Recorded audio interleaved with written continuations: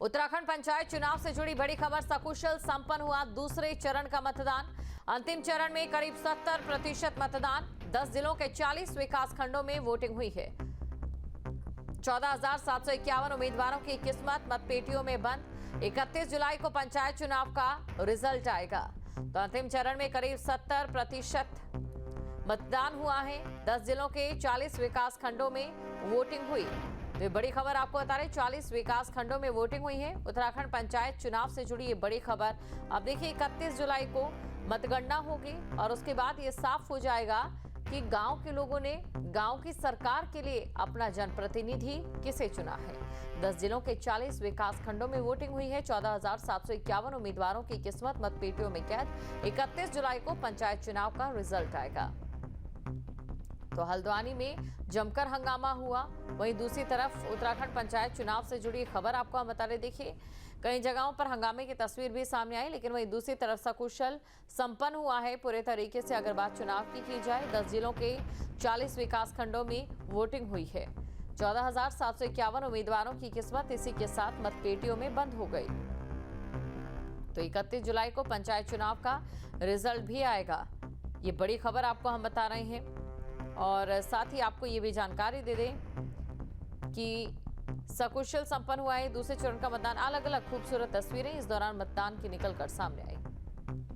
चरण के मतदान में पहले चरण का जो चुनाव हुआ था उसमें भारी उत्साह गांव की सरकार चुनने के लिए, पंचायतों की सरकार चुनने के लिए पूरे उत्तराखंड के अंदर लोगों में अपार उत्साह था कि अच्छा मतदान हुआ है। क्षेत्रीय पंचायत चुनावों के जो प्रतिनिधि चुने जाते हैं उनका ग्रामीण क्षेत्रों में, पंचायतों में विकास में बहुत बड़ा योगदान होता है। पौड़ी गढ़वाल सांसद अनिल बलूनी ने अपने पैतृक गांव नकोट में मतदान किया और इस दौरान वो उत्तराखंड वासियों से वोटिंग की अपील करते नजर आए।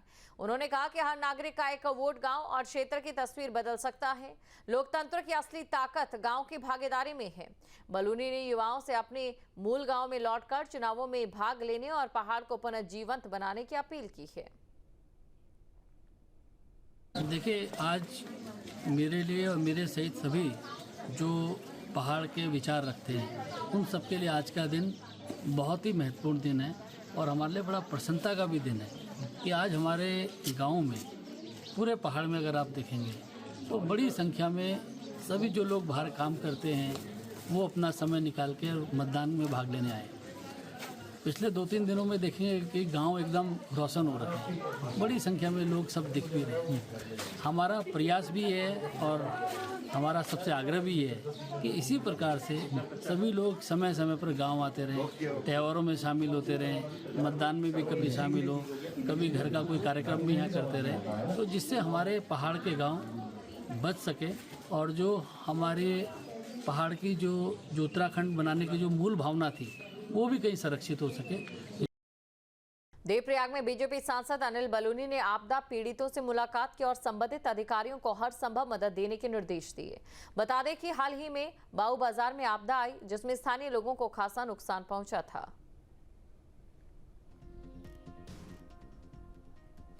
तो बीजेपी सांसद ने आपदा स्थल का निरीक्षण किया है और ये तस्वीरें उस दौरान की है जब यहां पर बीजेपी सांसद पहुंचे। इसके अलावा आप वो तस्वीरें भी देख सकते हैं जहां पर आपदा ने जमकर कहर मचाया और साथ ही लोगों को यहां पर काफी ज्यादा नुकसान भी हुआ है।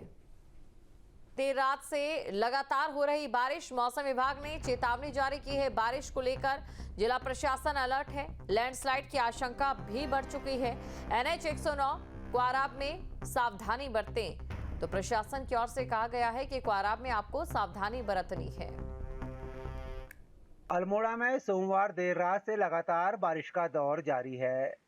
मौसम विभाग ने बारिश की चेतावनी पहले जारी की हुई थी। बता दें, मतदान का दूसरा चरण भी शांतिपूर्वक निपटा।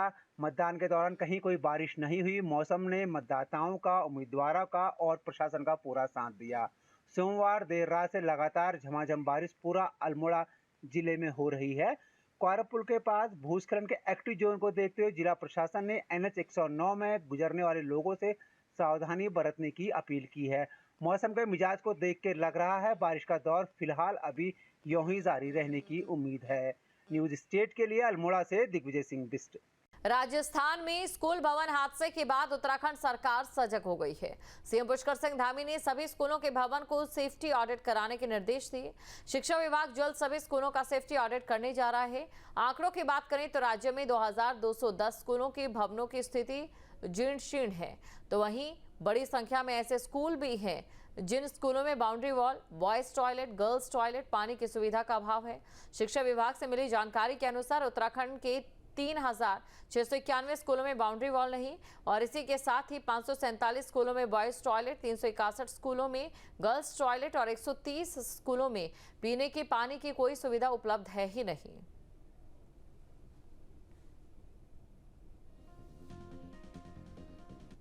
जर्जर स्कूल देखिए, हमारे नौनिहाल, हमारे विद्यार्थी, छात्र छात्राएं, हमारे बच्चे जिन भवनों में भी स्कूल में जाते हैं, मैंने कहा है कि वर्षा काल में क्योंकि कभी भी कोई खतरा ना हो, इसके लिए उनका ऑडिट किया जाना चाहिए, उसकी ठीक प्रकार से जांच की जानी चाहिए। यदि सुरक्षित नहीं है तो उन स्कूलों में बच्चों को नहीं भेजा जाना चाहिए। संसदीय कार्य मंत्री के चयन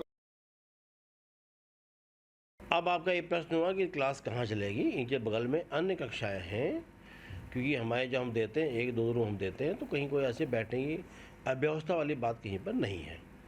जहाँ तक बात है सी कैटेगरी वो स्कूल हैं जिनमें थोड़ा बहुत क्षतिग्रस्त हैं, उनको पैसे की आवश्यकता है, तो धीरे धीरे सरकार उनको ठीक कर रही है, उनके लिए बजट जारी कर रही है। मैं फिर आपके चैनल के माध्यम से सबसे कहना चाहता हूँ कि जैसे ही हमारे स्कूल्स खुलेंगे, मानसून स्टार्ट होगा, तो किसी भी शौचालय, ऐसा शौचालय, कोई भी कक्षा कक्ष, कोई बिल्डिंग में बच्चों को न बिठाया जाए जो कि गिरने की स्थिति में हों। माननीय मुख्यमंत्री जी ने स्कूल में बिल्डिंग्स के लिए जो ऑडिट का निर्णय लिया है, उसी के क्रम में हमने जो जितनी भी स्कूल की जो बसेस होती हैं या स्कूल में जो वाहन प्रयोग किए जा रहे हैं, उसके लिए एक ऑडिट फॉर्म तैयार किया है। हमारी टीम्स जिस भी स्कूल में बसें रजिस्टर्ड हैं उनमें उस ऑडिट फॉर्म के हिसाब से सारे मानक चेक किए जाएंगे कि उन मानकों के अनुसार चल रही नहीं चल रही, नहीं तो उन स्कूल को नोटिस दिया जाएगा और उनके परमिट के खिलाफ भी कार्रवाई की जाएगी। हमारा ऑडिट फॉर्म जो है वो लगभग तैयार हो गया है। उसके बाद फिर हम अपनी टीम्स को ऑडिट के लिए भेजेंगे सभी स्कूल। राजस्थान के झालावाड़ में स्कूल में हुई दुर्घटना के बाद मुख्यमंत्री पुष्कर सिंह धामी ने उत्तराखंड के सभी स्कूल भवनों का सेफ्टी ऑडिट करने का निर्देश शिक्षा विभाग को दिया है और उन्होंने विभाग को हिदायत दी है कि प्राइमरी एजुकेशन से लेकर माध्यमिक शिक्षा तक और इसके अलावा भी उच्च शिक्षण संस्थान भी अगर कहीं हैं, उन सब की भवनों का सेफ्टी ऑडिट किया जाए और इस सेफ्टी ऑडिट की रिपोर्ट एक तय समय के भीतर, एक तय समय सीमा के भीतर शासन को प्रेषित की जाए। आपको याद होगा कि एक दिन पहले राजस्थान के झालावाड़ में स्कूल की एक छत उस समय गिरी जब बच्चे स्कूल में अध्ययन कर रहे थे। 8 बच्चों की दर्दनाक मौत हो गई और उस घटना ने झकझोर कर रख दिया और सभी राज्यों को ये सोचने पर मजबूर कर दिया कि क्या उनके स्कूलों के भवन सुरक्षित हैं, क्या वो नौनिहालों के लिए सुरक्षित हैं, क्या बच्चे वहाँ पढ़ सकते हैं, उनका जीवन सुरक्षित है।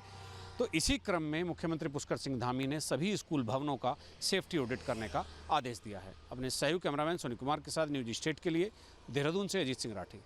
जहाँ भक्ति है हर शब्द में, कथाओं में छिपे हैं दिव्य रहस्य और ज्योतिष देता है जीवन को दिशा। धर्म से जुड़ी हर बातों को जानने के लिए हमारे चैनल स्तुति को सब्सक्राइब करें। चैनल पर जाने के लिए इस लिंक पर क्लिक करें।